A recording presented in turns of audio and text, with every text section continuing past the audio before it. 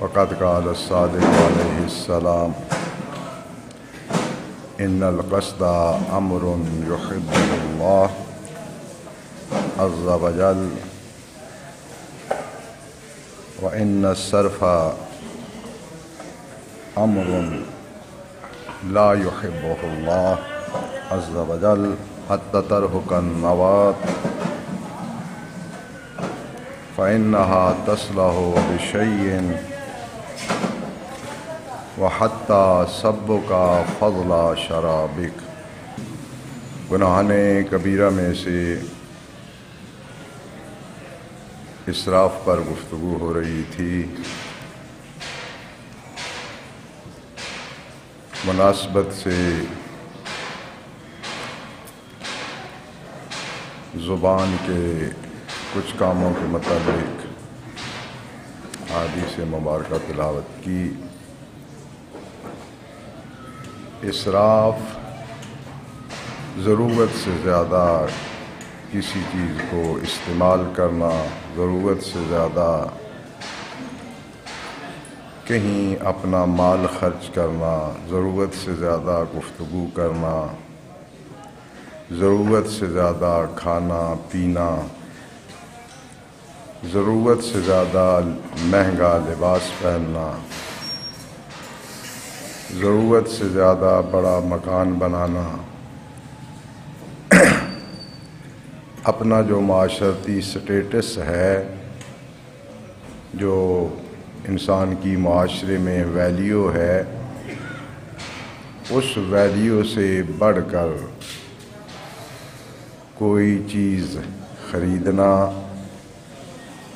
کسی چیز کو اپنی ضرورت کے بغیر ملکیت بنانا، یہ سب اسراف کی قسمیں ہیں۔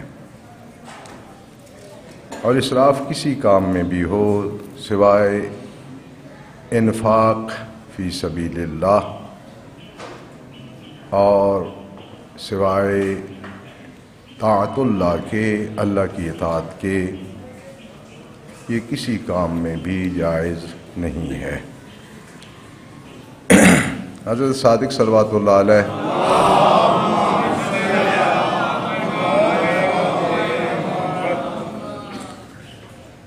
سے جو حدیث مبارک عنوان کلام قرار دی ہے، اس میں حضرت نے ارشاد فرمایا ہے کہ قصد یعنی میانہ روی ایک ایسی چیز ہے جس کو اللہ محبوب رکھتا ہے، جس سے اللہ محبت کرتا ہے، اور اسراف کو اللہ پسند نہیں کرتا۔ حضرت نے دو مثالیں اسراف کی یہاں پر دی ہیں۔ آپ نے بغیر غصے کے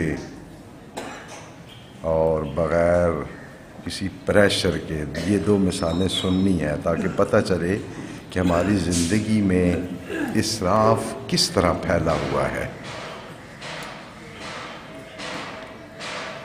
دو امروں کی وضاحت فرمانے کے بعد کہ اسراف اللہ کا ناپسندیدہ عمل ہے اور میانہ روی اس سے اللہ محبت کرتا ہے، اس کو دوست رکھتا ہے۔ دو مثالیں حضرت نے عنایت فرمائی ہیں۔ حتیٰ ترہکن نوات، نوات کہتے ہیں کھجور کی گٹھلی کو، پنجابی جس دن گکڑ یا گٹخ، ہم کھجور کھاتے ہیں، اس میں سے جو اس کی گٹھلی نکلتی ہے۔ فرمایا یہ کھجور کی گٹھلی پھینکنا بھی اسراف ہے۔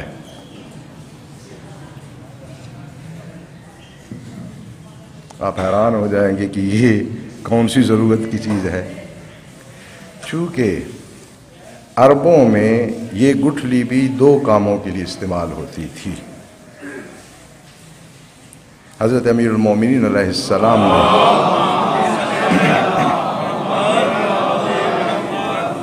اسلام سے پہلے عربوں کی حالت زار پر ایک تفصیلی خطبہ ارشاد فرمایا ہے۔ اسلام سے پہلے تم کیا کرتے تھے؟ اس خطبے میں حضرت نے بیان فرمایا ہے کہ اسلام سے پہلے تم کھجور کی گٹھلیوں کا آٹا بنا کے اس کی روٹی کھایا کرتے تھے۔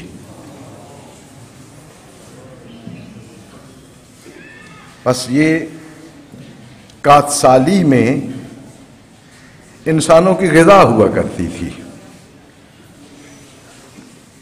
اب جب نعمت فراوان ہو گئی ہے، حضرت صادق صلوات اللہ علیہ کے زمانے میں مسلمانوں کے اقتصادی حالات بہت اچھے تھے، ماشاءاللہ بڑے بڑے تاجر جائیدادوں والے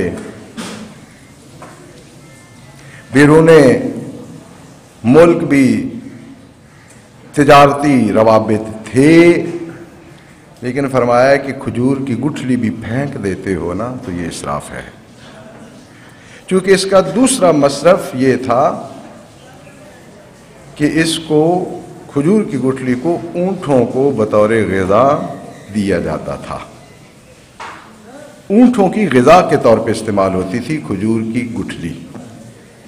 اب اس کا آٹا بناتے تھے یا باریک کرتے تھے یا پانی میں ڈبو کے رکھتے تھے، کیا کرتے تھے، اونٹوں کو بطور غذا کھجور کی گٹھلی کھلائی جاتی تھی۔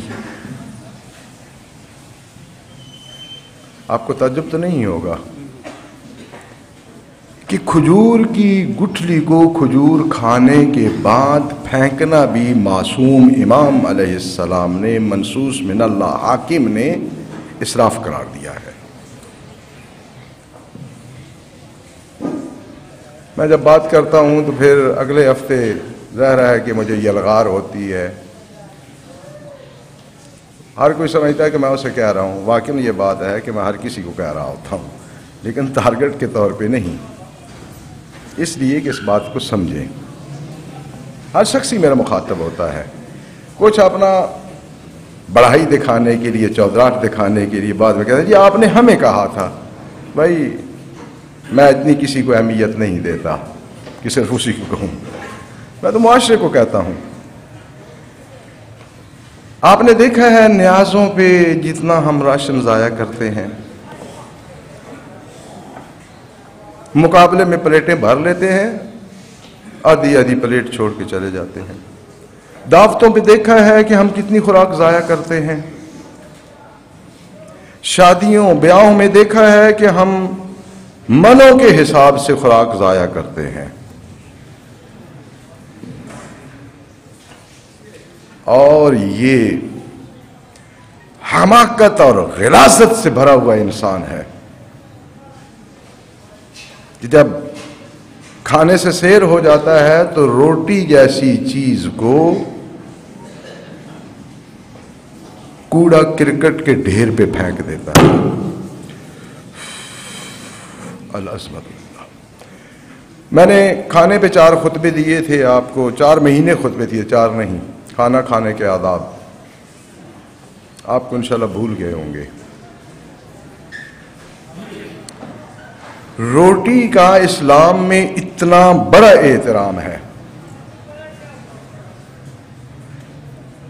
کہ اگر کوئی شخص گٹر میں گری ہوئی روٹی کا ٹکڑا دیکھے اور اسے پاک کر کے کھا لے، کیونکہ یہ کام معصوم علیہ السلام کے سامنے ہوا ہے۔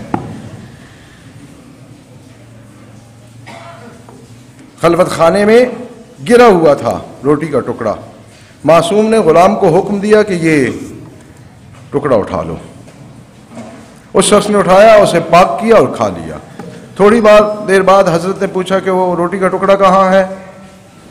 اس نے کہا کہ اپنے رسول اللہ میں نے تو وہ کھا لیا ہے پاک کر کے۔ فرمایا جب جا اب تو میری غلامی سے آزاد ہے، اس لیے کہ روٹی کا احترام کرنے سے اللہ نے تجھے آتش جہنم سے آزادی دے دی ہے۔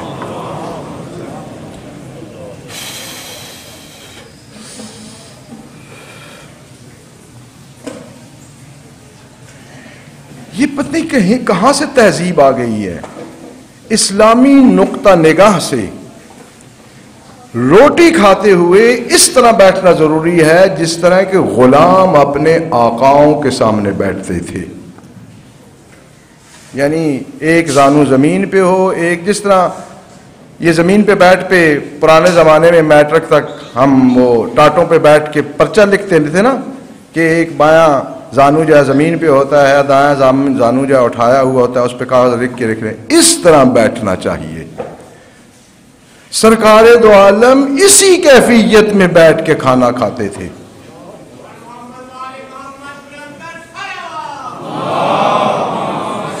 دو اور ادب ذکر کر کے بات کو آگے بڑھاتا ہوں۔ یہ ستیہ ناش کر دیا ہمارے سارے سسٹم کا جدت نے، یورپ کی تقلید نے۔ روٹی کو کبھی بھی کینچی یا چاقو سے نہیں کاٹنا چاہیے، یہ بے ادبی ہے روٹی کی۔ روٹی کے اوپر کبھی کوئی چیز نہیں رکھنی چاہیے، حتیٰ سالن کا برتن بھی رکھنا یہ روٹی کی بے ادبی ہے۔ اس کے اوپر کچھ نہیں رکھ سکتے۔ اور ایک ادب جس کا میں نے بہت زیادہ دیکھا ہے کہ لوگ اس کی خلاف ورزی کرتے ہیں، ایک روٹی کا احترام یہ ہے کہ اگر کسی دسترخوان پہ روٹی رکھ دی جائے تو پھر کسی چیز کا انتظار نہیں کر سکتے۔ نہیں کھانا چاہتے، سالن نہیں پہنچا ہے، دیگر لوازمات نہیں پہنچے ہیں، قورمہ شوربہ فلاں کچھ بھی نہیں پہنچا، تو تھوڑا سا روٹی کا ٹکڑا لیں، اسے چبانا شروع کر دیں۔ یہ روٹی کی بے احترامی ہے کہ روٹی پڑی ہو اور آپ کسی اور چیز کے انتظار میں بیٹھے ہوں۔ پتہ چل گیا؟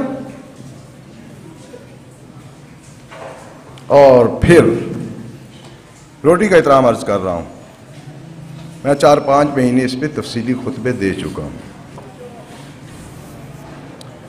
کوئی اگر کھانا کھا رہا ہو، غلام ہو، شاگرد ہو، بیٹا ہو، تو اس کے لیے کھانا کھاتے ہوئے کسی دوسرے کے احترام کے لیے اٹھنا بھی جائز نہیں ہے۔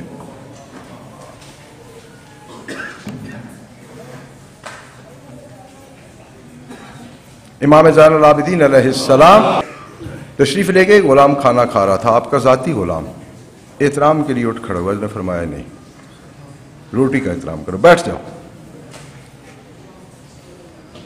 اور حضرت کی سیرت میں باقاعدہ مورخین نے یہ لکھا ہے کہ کسی غلام کو اگر یاد فرماتے تو کوئی بھی آ کے کہہ دیتا، جھوٹ سے بھی کہہ دیتا کہ وہ کھانا کھا رہا ہے، تو حضرت پھر نہیں بلاتے تھے۔ مثلا غلام جو ہے وہ غائب ہے، وہاں موجود ہی نہیں ہے، تو کوئی دوسرا آ کے کہہ دیتا کہ مولا وہ تو کھانا کھا رہا ہے، روٹی کھا رہا ہے، پھر حضرت نے اسے نہیں پکارنا۔ ہم اس اللہ کی نعمت کو عرش سے لے کر ما تحت الثری تمام مخلوقات اپنی ذمہ داری ادا کرتی ہیں، اور ایک انسان اپنے تمام وجود جسم کو، ان کے اعضاء کو استعمال کرتا ہے تو ایک روٹی تیار ہوتی ہے۔ گندم کے بعد انسان کتنا کام کرتا ہے؟ گندم کی صفائی، پسوانا، آٹا گوندنا، اس کے پیڑے بنانا، پھر اس کی روٹی بنانا، پھر اسے چولہے پہ پکانا، پھر ایک روٹی تیار ہوتی ہے، اور پھر انسان اس کا ایک ایک لقمہ توڑ کے منہ میں ڈالتا ہے۔ یعنی پوری کائنات کا سسٹم کام کرتا ہے تو انسان کے لیے ایک روٹی تیار ہوتی ہے۔ جو اتنی قیمتی چیز کا بھی احترام نہیں کر سکتا، وہ کس چیز کا احترام کرے گا؟ لہذا خدا را اسراف بھی نہ کریں روٹی کے سلسلہ میں، اور اس کی بے احترامی بھی نہ کریں۔ روٹی کی بے احترامی ایک ایسا کام ہے کہ جس گھر میں یہ کی جاتی ہے ان کے لیے غربت اتنی اتنی تیزی سے آتی ہے جیسے کسی بال کو کوئی ہمالیہ کی چوٹی سے نیچے کی طرف پھینکا گیا ہو، اور اللہ معاف نہیں فرماتا، اس کی توہین برداشت ہی نہیں کرتا۔ ہم اسراف کرتے ہیں اس میں بھی۔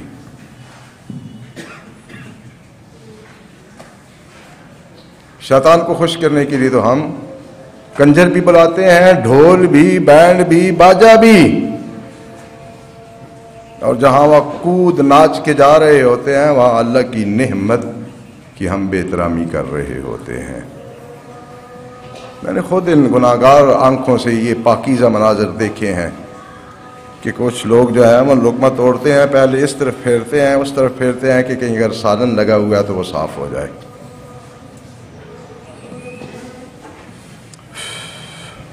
لا الہ الا اللہ۔ اور پھر جب تقریب ختم ہوتی ہے، فرش پہ روٹی کے ٹکڑے گرے ہوتے ہیں، وہ جو برتن اکٹھے کرتے ہیں ان میں ٹکڑے رکھتے ہیں، اوپر برتن گندے برتن رکھے جا رہے ہیں۔ پھر اس ملک میں قات نہیں ہوگا تو کیا ہوگا؟ جب ایسے کوئی کام کرتا ہے نا تو پھر قات کو نہ روئے، پھر اس پہ شکر کرے کہ اس کا عذاب نازل نہیں ہو رہا، اس کی نعمتوں کو اس طرح نہ ٹھکراؤ۔ اور دوسرا حضرت نے جو مثال دی ہے، نوات کھجور کی گٹھلی پھینکنے کو اسراف قرار دیا ہے، اور دوسری جو مثال دی ہے وہ اس سے بھی سخت تر ہے، وہ ہے عطا سبو کا فضل شرابک۔ شراب کہتے ہیں پینے والے پانی کو، یعنی جو آپ نے پیا ہے نا وہ ہو گیا باقی ماندہ پانی۔ فضل شرابک، آپ نے گلاس بھرا پانی پینے کے لیے، تھوڑا سا پیا، اب تو ماشاءاللہ یورپی ایک فیشن آ گیا ہے کہ آدھا کپ چائے بھی چھوڑ دیتے ہیں، فیشن، آدھا گلاس بوتل چھوڑ دینی ہے، آدھا گلاس پانی چھوڑ دینا ہے، ماشاءاللہ۔ تو آپ یہاں اچار بیٹنے کے لیے یہاں پاکستان میں رہ رہے ہیں، یورپ کی تہذیب اچھی لگتی ہے تو وہاں تشریف لے جائیں، وہاں تو آپ کے لیے یہ بھی آسانی ہوگی کہ خواتین بھی ماشاءاللہ 1/4 حصہ بھی بڑی مشکل سے بدن کا ڈھانپتی ہیں، آپ کی خواتین بھی وہ تہذیب اپنائیں گی، آپ بھی وہ اپنا لینا۔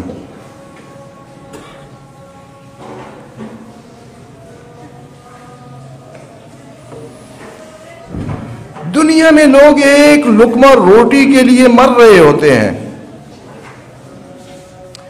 عجیب بات ہے کہ 30، 40، 50 روپے کلو آٹا خریدے، ایک انسان اس پہ محنت کرے، گیس کا خرچہ دیں، یہ سب کچھ کرنے کے بعد پھر ہم وہ خوش کریں اور 5 یا 10 روپے کلو کے حساب سے بورے چھان والے کو وہ روٹی کے ٹکڑے بیچیں۔ شرم نہیں آتی؟ اگر ایک وقت کی باسی روٹی ہو تو آپ کے اندر نہیں جاتی، ایک دن کی باسی روٹی ہو تو اندر نہیں جاتی، اور اگر ضرورت نہیں تھی تو اتنی پکوائی کیوں ہے؟ ایک شخص نے محنت کی ہے، ایک خاتون ہے، مرد ہے، اس نے کتنی محنت کی ہے اس آٹے کو روٹی بنانے میں، اتنے پیسے خرچ ہو گئے ہیں، اور آپ نوابی میں جو ہیں اسے دور پھینک رہے ہیں۔ 2-4 دن کے بعد جو ہے وہ چھان بورے والا آئے گا، 10 دن کے بعد آئے گا، 50-60 روپے کا وہ کلو بنا تھا، سارا محنت پاک ڈال کے اب جو ہے 5-10 روپے کلو کے حساب سے آپ بیچ دیں گے۔ پھر آپ کہتے ہیں کہ میرے رزق میں برکت نہیں ہے، رزق نہیں ہے، تو آپ رزق کا یہ حشر کریں گے، اللہ کی نعمت کو ٹھکرائیں گے، تو پھر یہی ہونا ہے جو ہو رہا ہے۔ اور دوسرا فضل و شرابے کا، وسبو کا فضل شرابک، آپ نے جو پانی پیا ہے اس میں سے جو بچ گیا ہے اس کو آپ انڈیل دیتے ہیں، یہ بھی اسراف ہے۔ میں یہ وضو کرنے والوں کی بات نہیں کر رہا،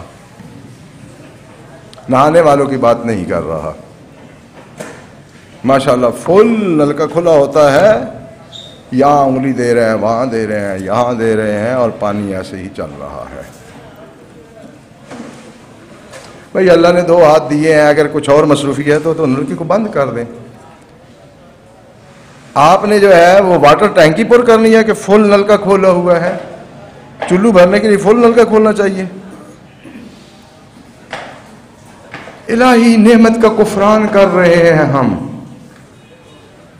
اور اس دن ہمیں محسوس ہوگا جب پینے کے لیے ہمیں پانی دستیاب نہیں ہوگا۔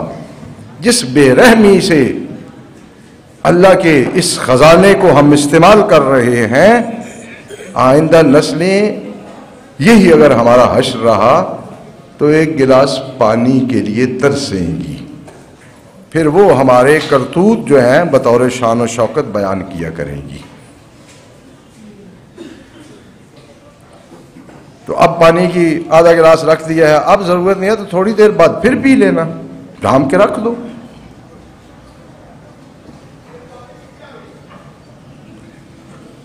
کتنے لوگ مقدس ہیں جو گھنٹہ گھنٹہ 2 گھنٹے جو ہیں وہ لگے رہتے ہیں، غسل ہو رہا ہے جی، غسل ہو رہا ہے۔ بندہ اتنے تک یہاں سے چل کے کشمیر کے جہاد میں شامل ہو سکتا ہے، وہ ابھی غسل کر رہے ہیں، غسل ہو رہا ہے جی۔ اچھا، جہاں اسلام آیا تھا وہاں اتنا پانی تھا؟ مکے میں اتنا پانی تھا کہ ایک بندہ جو ہے 6 گھنٹے 4 گھنٹے نہائے جا رہا ہے، نہائے جا رہا ہے، نہائے جا رہا ہے، تسلی ہی نہیں ہو رہی میرا غسل ہوا یا نہیں؟ کیوں آپ سٹیل کا غسل بنانا چاہتے ہیں؟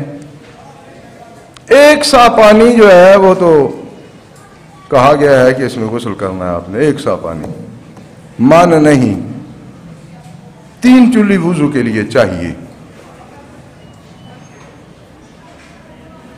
لگے ہوئے ہیں، اڑائے جا رہے ہیں، اڑائے جا رہے ہیں۔ وضو کے لیے جب اسراف کر رہے ہیں پانی کا تو پھر کیا؟ ایک چیز کو سیدھا کرنے کے لیے 10 چیزیں خراب کر رہے ہیں۔ خدا را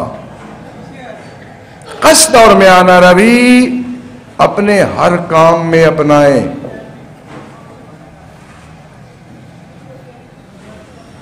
اور اپنے پہ بھی لازم قرار دیں، اپنی اولاد پہ، اپنے ارد گرد رہنے والے ہر شخص پہ، کہ وہ میانہ روی سے اللہ کی نعمتوں سے فائدہ اٹھائے، میانہ روی سے اپنے اعضاء سے کام لے۔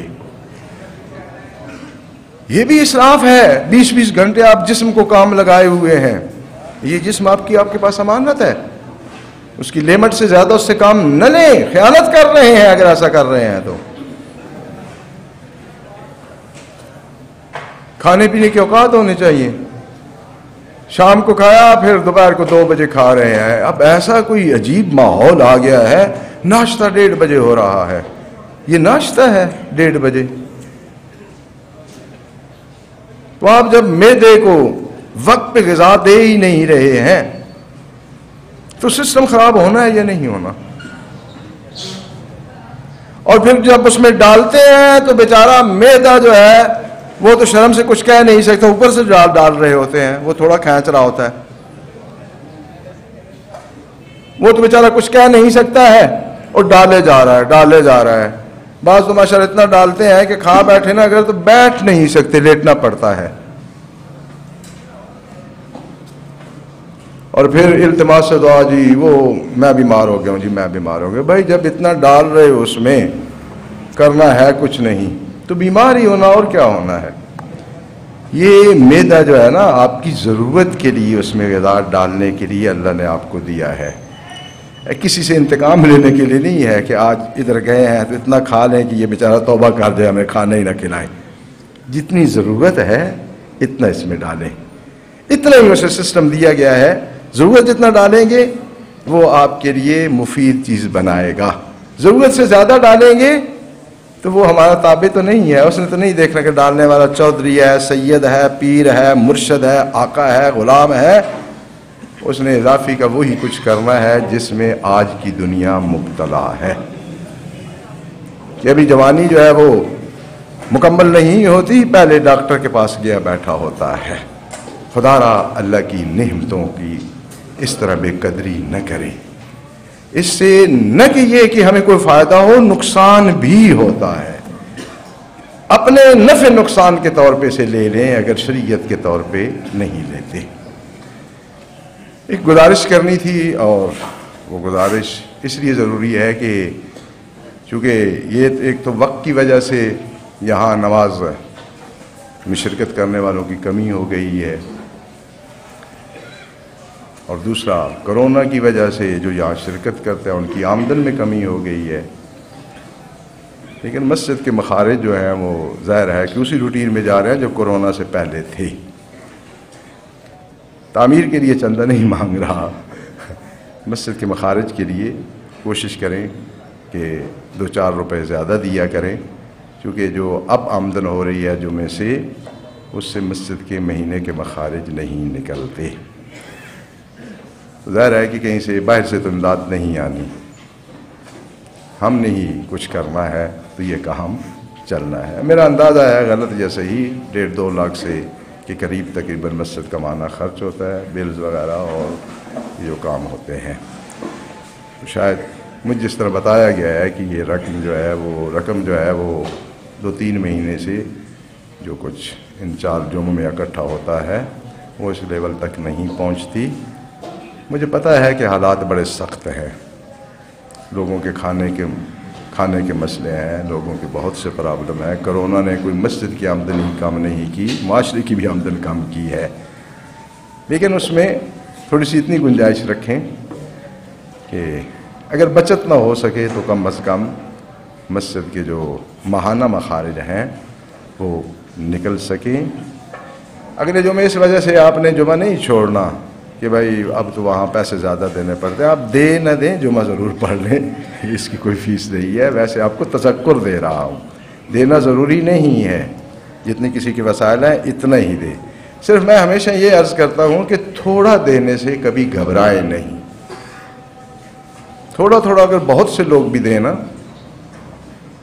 اللہ کے ہاں مقدار کی اہمیت نہیں ہوتی، نیت کی اہمیت ہوتی ہے. اور یقین فرمائیں، یہ کوئی آپ کو خوش کرنے کے لیے بات نہیں کر رہا کہ ایک تنگ دست اگر 1 روپیہ دیتا ہے نا تو ایک کھرب پتی کے وہ لاکھوں روپے سے زیادہ اللہ کے نزدیک قیمت رکھتا ہے.